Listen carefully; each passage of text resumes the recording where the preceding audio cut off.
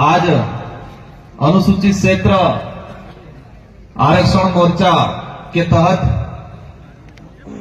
हमारे बांसवाड़ा और डूंगरपुर में बांसवाड़ा में कार्यक्रम हुआ पहला, और सेकंड कार्यक्रम अपना प्रतापगढ़ जिला मुख्यालय पे। मैं मंच पे हमारे जो महापुरुष जिनकी प्रतिमाएं तस्वीरें जो लगी हुई है, इनको नमन करना चाहूंगा। इनको नमन करते हुए मैं मेरी बात को शुरू करना चाहूंगा। आज जिस बात को लेके हम यहां पर एकत्रित हुए हैं,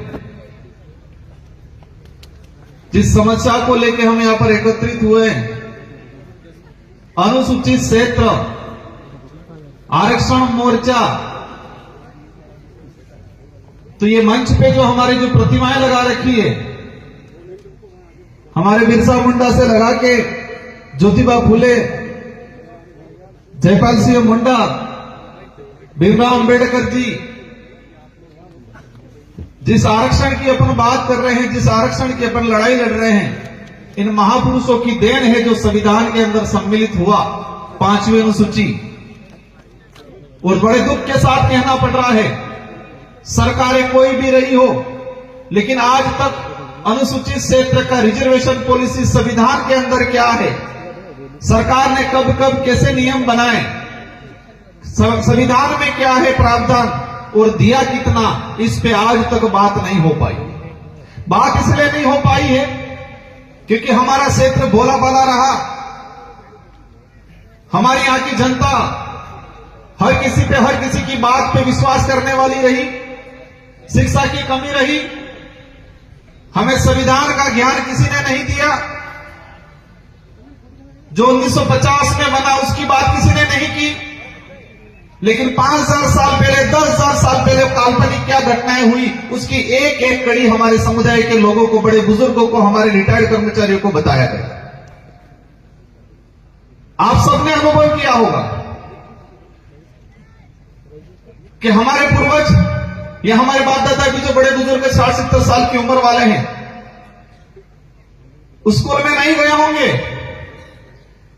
लेकिन ऐसी चीजें जानते हैं जो किसी कथावाचक के माध्यम से, किसी बैठक में सुना,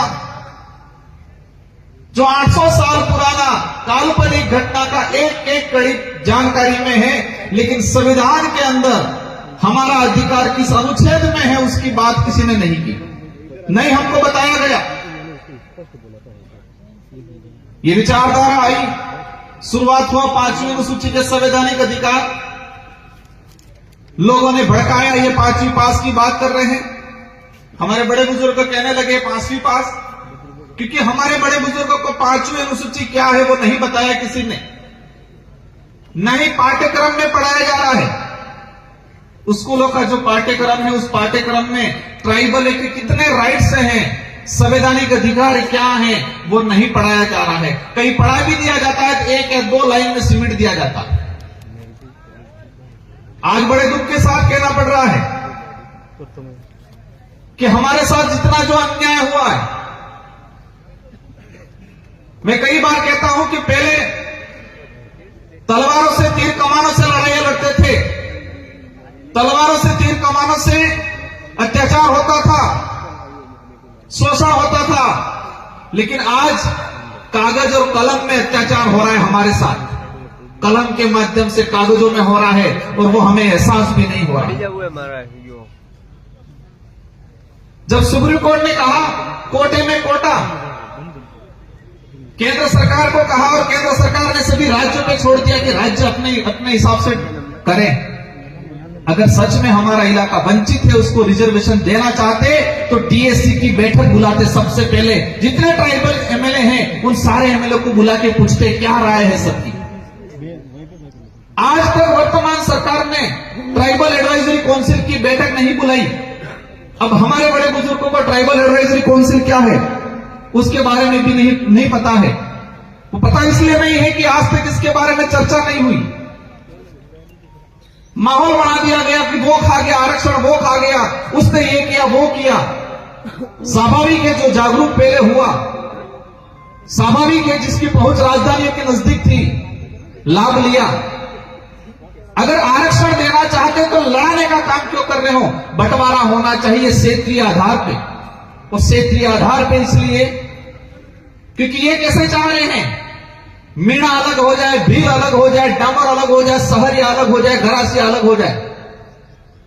अब ये बता दिया जाए मुझे प्रतापगढ़ का हमारा भाई जो आहारी है, डूंगरपुर में भी आहारी है, डूंगरपुर का आहारी भील लगाता है, यहां का आहारी मीणा लगाता है, कि यहां का आहारी जो मीणा लगाता है वो करौली सवाईमाधोपुर के भाइयों से कंपटीशन कर पाएगा?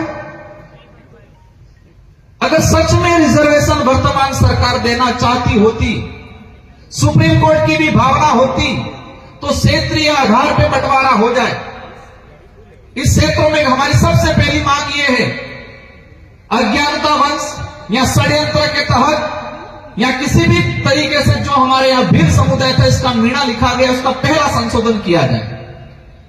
अगर इस इलाके के अंदर मीणा समूह होता तो इतिहास में यह पढ़ाया जाता कि महाराणा प्रताप के साथ मीणाओं की सेना लड़ी, भीलों की सेना लड़ी, यह नहीं पढ़ाया जाता। यहां भीलकोर बटालियन नहीं खुलती, यहां मीणाकोर बटालियन खुलती। हम इतिहास की परिपाटी पे जाए और कागजों में भी जाते हैं तो 1960 से पहले अगर देखा जाएगा सबका भील मिलेगा। तो मैं वही बात कहता था, पहले हथियारों से अत्याचार शोषण होता था, भेदभाव होता था, हमारे साथ अन्याय होता था, अब कागजों में हो रहा है। पहले हथियारों से होता था, हमें नजर आता था, हमें एहसास होता था, अब कागजों में हो रहा है। और कागजों में ऐसा हो रहा है हमको पता भी नहीं चल रहा है। 50 साल गुजरने आगे लेकिन अभी तक पता नहीं चलेगा। आज भी गुमराह करते हैं। हमारी लड़ाई किसी भी पार्टी या किसी से नेता से नहीं है, हमारी लड़ाई सच्चाई को लेके है, हमारी लड़ाई हमारे अधिकारों को लेके है। आज बात करें, हम आरक्षण की लड़ाई लड़ने के लिए खड़े हो रहे हैं। हमारी संवैधानिक अधिकार है क्योंकि इन पूर्वजों ने अपना खून पसीना बहाया है। आजादी के इतिहास में देखा जाए, अंग्रेजों से देखो, राजा रजवाड़ों से देखो, मुगलों से देखो, हर किसी से लड़ाई में सबसे अधिक अगर खून बहा है तो आदिवासियों को बहा है। ये बात अलग है कि उसका इतिहास नहीं लिखा गया। और इसी वजह से हमको 5वें अनुसूचित संवैधानिक अधिकार मिले, लेकिन नजरअंदाज किया जाता है आज तक। उनको लगता है चुनाव में आएंगे, थोड़ी बड़ी बड़ी लोलीपॉप वाली बातें कर देंगे, जनता तालियां बजा देगी, वोट देगी। आज तक यही हुआ। पहली बार जनता समझदार हुई। लोकतंत्र की ताकत क्या होती है, वोट की ताकत क्या होती है, उसको समझने लगी। अपने अधिकारों को लेकर सवाल खड़ा करना सीखी, आरक्षण की लड़ाई लड़ना सीखी। अब क्या बोल रहे हैं, जनता गुमराह हो गई है। जनता गुमराह नहीं, जनता समझदार होकर सवाल जवाब करना सीख गई है, सही गलत का फैसला करना सीख गई है। इस बात की दिक्कत हो गई है। आज मैं कह रहा था कोटे में कोटा, देश के अंदर कई उदाहरण है। राजस्थान का उदाहरण, सहरिया एरिया। राजस्थान के अंदर एसटी के अंदर 3 प्रकार का डिवाइडेशन है, अनुसूचित क्षेत्र, गैर अनुसूचित क्षेत्र और सहरिया के जो भाई थे, जो वंचित थे, उनको अलग से प्रावधान करके दिया गया। तो राजस्थान में 3 कोटे बने हुए। क्षेत्रीय आधार पर देश के अंदर पूर्वी भारत में जाएंगे, असम में, असम के अंदर प्लेन एरिया और हिल एरिया, समतल इलाका और पहाड़ी इलाका, एरिया के हिसाब से रिजर्वेशन का, आरक्षण का बंटवारा हो चुका है। अगर सच में प्रॉफिट देना चाह रहे हैं, सच में अगर ये सरकारें चाहती है कि इस इलाके का गरीब घर का बच्चा आईएएस अधिकारी बने, तो क्षेत्रीय आधार पर बंटवारा करते। बाध्यता लगा दी उन लोगों ने, 40-45, 40%, 35%। हमारे पिछले 2 साल की भर्तियों में हमारे बच्चे नहीं जा पाए, पद खाली रह गए। और ये सरकार कह रही है 2 साल का बैकलॉग है, उस बैकलॉग के अन्य सामान्य वर्ग से भरा गया। यहां पर भौतिक सुविधा उपलब्ध नहीं करा पा रहे हो। हमारे गांवों में उस बैठने के लिए स्कूलें नहीं है, बच्चों पढ़ाने के लिए टीचर नहीं है। एक प्री प्लान देश के अंदर एक माहौल तैयार हो रहा है। सरकारी सिस्टम को खत्म करना, सरकारी सिस्टम इसलिए खत्म करना चाहते हैं ताकि गरीब का व्यक्ति, आदिवासी का व्यक्ति, गरीब घर का व्यक्ति, बच्चा उसका नहीं पढ़ पाए। ये पॉलिसी है। आज कॉलेजों में देखो क्या हालत होगी, स्कूलों में टीचर नहीं है, ताकि नींव मजबूत नहीं बनेगी बच्चे की। अगर नींव मजबूत नहीं बनेगी तो कंपटीशन एग्जाम क्वालिफाई नहीं कर पाएगा। और कुछ लोग कहते हैं कि कंपटीशन का जमाना है, कंपटीशन करना चाहिए। भाई कंपटीशन किसे कहते हैं? एक लाइन में खड़े रहो, एक लाइन में खड़े रह के दौड़ लगाओ और फिर उसको कंपटीशन कहते हैं। हमारा भाई तो 200 मीटर पीछे खड़ा है। एक बच्चा गांवों में उसको स्कूल नहीं मिल रहा है, स्कूल मिल रहा, किताब पेन पेंसिल नहीं मिल रही है, टीचर नहीं मिल रहा है, और एक बच्चा शहर में रह के कंप्यूटर पे पढ़ रहा है, इंग्लिश में पढ़ रहा है, और कह रहे हैं कि गांव में असुविधाओं में व्यतीत होने वाला बच्चे से कह रहे हैं कि आप कंपटीशन करो। स्मार्ट लग रहा है। एक बार बराबरी की लाइन में आने दो उस बच्चे को, फिर कंपटीशन क्या होता है वो मजा तब सकाएंगे। देश को मजबूत बनाना है, देश तब मजबूत बनेगा इस देश में रहने वाला प्रत्येक वर्ग, जो गरीब वर्ग और विशेषकर आदिवासी समुदाय जिस दिन मजबूत बनेगा उस दिन देश ये मजबूत बनेगा। इसलिए साथियों, आज आरक्षण का मुद्दा है। सबसे पहले सरकार की जिम्मेदारी है, इसी में हमारे मध्य प्रदेश से विधायक जी पहुंचे हैं, इनका भी हार्दिक स्वागत अभिनंदन। मैं जो बात कर रहा था, सरकार की जिम्मेदारी है हर साल के अंदर, हर साल में सरकार ये क्लियर करे कि संवैधानिक प्रावधान क्या है आरक्षण का, वर्तमान में क्या लागू है, फिर जनता से सुझाव ले। अगर सच में सरकार इस इलाके में रिजर्वेशन लागू करना चाहती है, और आज रिजर्वेशन की बात कर रहे हैं हम लोग, लेकिन दूसरी तरफ क्या हो रहा है, निजीकरण हो रहा है, निजीकरण, प्राइवेटीकरण। कुछ लोग कह रहे गुजरात मॉडल। हम आरक्षण की लड़ाई लड़ रहे हैं, दूसरी तरफ बैकडोर इंडिया। इस इलाके में पंचायत साइट लगाए 2017 में, लगभग 10 से 15 हजार पंचायत साइट लगे। 4-5 साल बाद उन पंचायत साइट को सरकारी कर दिया गया, रिजर्वेशन पॉलिसी खत्म। आज विद्यासभा के तहत लग रहे कॉलेजों में, आज मेडिकल में प्लेसमेंट एजेंसी के तहत कंपाउंडर डॉक्टर लगने शुरू हो गए।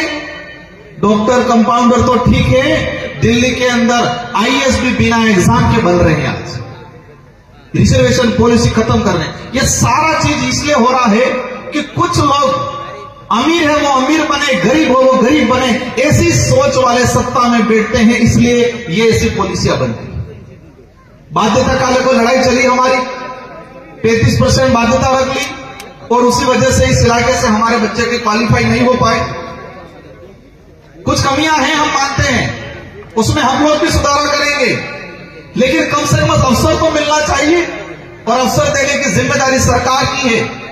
और हमारे वर्तमान में देखा गया है, मैं इस मंच से नहीं कहना चाह रहा था, लेकिन बात निकल गई, इसलिए कुछ नेता सिर्फ कटाक्ष करने पे, जब भी अधिकार की बात करेंगे, शिक्षा की बात करेंगे, स्वास्थ्य की बात करेंगे, रिजर्वेशन की बात करेंगे, वो धर्म की चटनी चटाने के आ जाएंगे हर मुद्दे पे। जब भी इस इलाके का कोई भी नेता, आम जनता अधिकार की, स्वास्थ्य सुविधाओं की बात करेगा, रिजर्वेशन की बात करेगा, न्याय की बात करेगा, धर्म की चटनी चटाना आ जाते हैं। इनका एजेंडा है कि हम कमजोर रहे, परजीवी बने रहें। ये नहीं चाहते हैं कि गरीब आत्मनिर्भर बने, क्योंकि गरीब आत्मनिर्भर बन गया तो उनकी राजनीतिक रोटियां सेकना बंद हो जाएगा, क्योंकि फिर आत्मनिर्भर बन गया तो सही गलत का फैसला करना लगेगा, सवाल जवाब करेगा।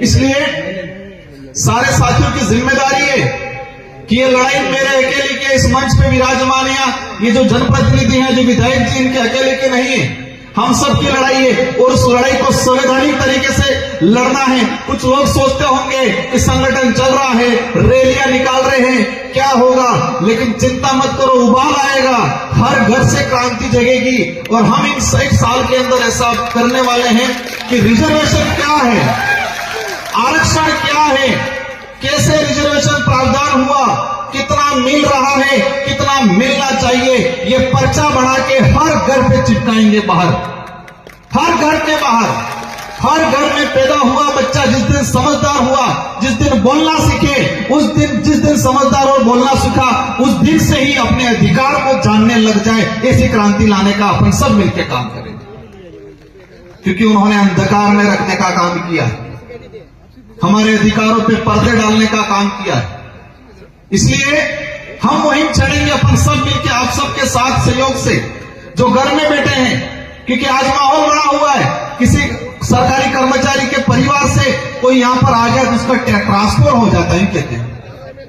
पर एक बात समझना, जितने नेता कर्मचारी अधिकारी को जो न्याय की बात करता है, जो समाज की बात करता है, जो अधिकार की बात करता है, उस कर्मचारी को ट्रांसफर परेशान करने का काम करते हैं। लेकिन जो नेता, जो अधिकारी कर्मचारी को जो न्याय की बात करता है उसको परेशान करते हैं, उन नेताओं के बच्चे, मैं कहना चाहूंगा कम से कम तुम्हारे बच्चे उस काबिल बनाओ जिस अधिकारी को कर्मचारी को परेशान, तुम्हारा बच्चा तो बनाओ एखादा कर्मचारी अधिकारी। जितने नेता परेशान कर रहे हैं, इन सारे नेताओं का देख लो कि उनके बच्चे क्या कर रहे हैं। जिसकी गरीब घर का व्यक्ति मेहनत करके नौकरी लगा है उसको तुम परेशान कर रहे हो, कम से कम तुम्हारे बच्चे को तो बना के दिखाओ एक बार, कम से कम उस काबिल, फिर पता चलेगा कैसे तकलीफ होती है, कैसे बनता है, कितना पसीना आता है। समय हो गया है, आप अपने अनुशासित तरीके से, महिलाएं पहले रहेगी और महिलाओं के बाद हमारे कुछ वरिष्ठ लोग हैं वो रहेंगे, और जितने हमारे जनप्रतिनिधि सारे वॉलंटियर रहेंगे। जितने हमारे जनप्रतिनिधि हैं सारे वॉलंटियर रहेंगे और व्यवस्थित तरीके से अपन ज्ञापन के लिए जाएंगे। ये शुरुआत है, ये आज ये शुरुआत है, ये क्रांति आएगी, लेकिन आपको किसी के बहकाव में नहीं आना है। जो गुमराह कर रहे हैं उनके बहकाव में नहीं आना है आपको। हर घर से क्रांति आएगी। आज ये पांडाल भरा है, एक दिन ऐसा भी आएगा कि ये पूरा प्रतापगढ़ भी भरा हुआ नजर आएगा। ये दिन भी आएगा बहुत जल्दी। इन्हीं शब्दों के साथ आप सबको आभार, धन्यवाद, जोहार, जय विश्व।